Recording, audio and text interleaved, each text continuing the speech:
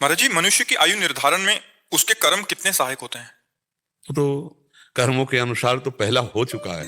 अब अगर कोई महत अपराध बन जाए तो उसकी भी हानि हो जाएगी। साधु अवज्ञा तुरंत भवानी, कर कल्याण अखिल ज्ञानी। जैसे आयु है 80 वर्ष, अब इसके बाद उसने ऐसे महत अपराध कर दिए जो उसके सुकृत नष्ट हो गए। अब उसकी आयु नष्ट होकर के वो फिर अल्प आयु में नष्ट हो जाएगा पक्का। अकाल मृत्यु जिसे कहते हैं, वो अकाल मृत्यु को, उसका अगर कर्म बिगड़ गया तो अब उसकी अकाल मृत्यु है। और वो नाम जप करता है, भगवान का चरणामृत पीता है, संतों की सेवा में उपस्थित होता है और तीर्थों पर श्रद्धा करता है, तो अकाल मृत्यु नष्ट हो जाएगी।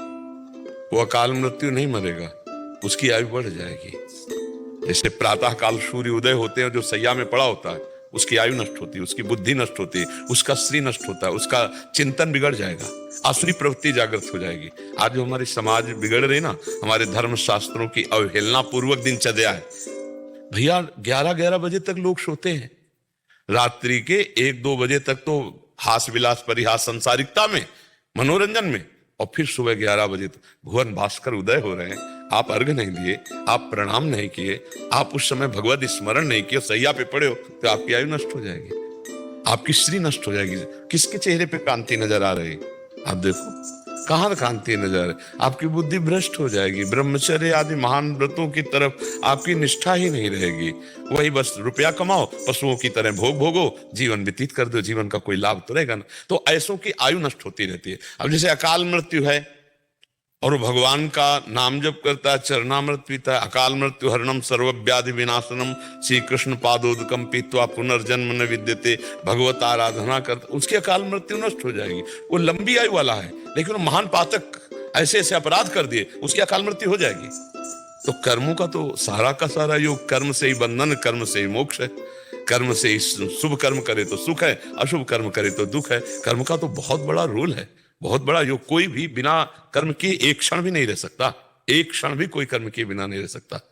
नींद में भी कर्म होते हैं, मूर्छा में भी कर्म होते हैं। अगर क्रिया ना होती तो मूर्छा जागृत ही नहीं होती, अगर नींद में क्रिया ना होती तो परिपक्व नहीं होती।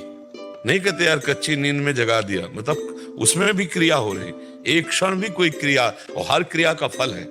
अब वो क्रिया शास्त्र सम्मत है तो शुभ है, शास्त्र विरुद्ध है तो अशुभ है, भगवद अर्पित है तो शुभ अशुभ दोनों खत्म होकर जीवन मुक्त हो जाएगा। अगर ज्ञान के द्वारा कर्ता भाव रहित है तो जीवन मुक्त हो जाएगा। कर्मों का तो बहुत बड़ा योग है। आप समझ पाए हमारी बात को? संपूर्ण आयु, शुद्ध आयु 80 वर्ष मान लो उसकी है, और उसने घोर पापाचरण किए तो जल्दी मर जाएगा, और उसकी जल्दी अकाल मृत्यु है। लेकिन उसने अच्छे आचरण किए तो अकाल मृत्यु को काट देगा, आगे बढ़ जाएगा।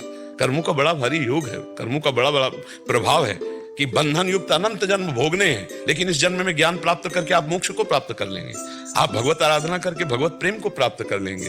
तो कर्म का तो बहुत बड़ा योग है ही, पर कर्म की कला आनी चाहिए, कर्म योग बनना चाहिए। केवल कर्म से बात नहीं बनेगी, कर्म योग बनना चाहिए। जो निष्काम भाव से भगवत प्रीत्यर्थ कर्म किया जाता है, उसमें सामर्थ्य होती है शुभ अशुभ का नाश करके भगवत प्राप्ति कराने की। तो हमें लगता है अच्छे कर्म किए जाएं और भगवत अर्पित कर्म किए जाएं। अगर ज्ञान मार्ग का पथिक है तो दृष्टा भाव साक्षी भाव से रहे, अपने को कर्ता भोक्ता भाव ना देखे, तो सारे कर्म जो है अकर्म हो जाते हैं और वो भगवत प्राप्त महापुरुष हो जाता है। शायद आप हमारी बात को समझ पा रहे हैं।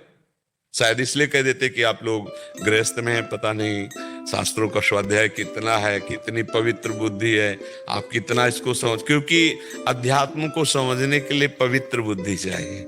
जब तक साधन भजन नहीं होता तो बुद्धि पकड़ नहीं पाती, क्योंकि उसको पकड़ने के लिए जो योग्यता चाहिए, पात्र चाहिए, वो है नहीं, तो कैसे समझ में आएगा?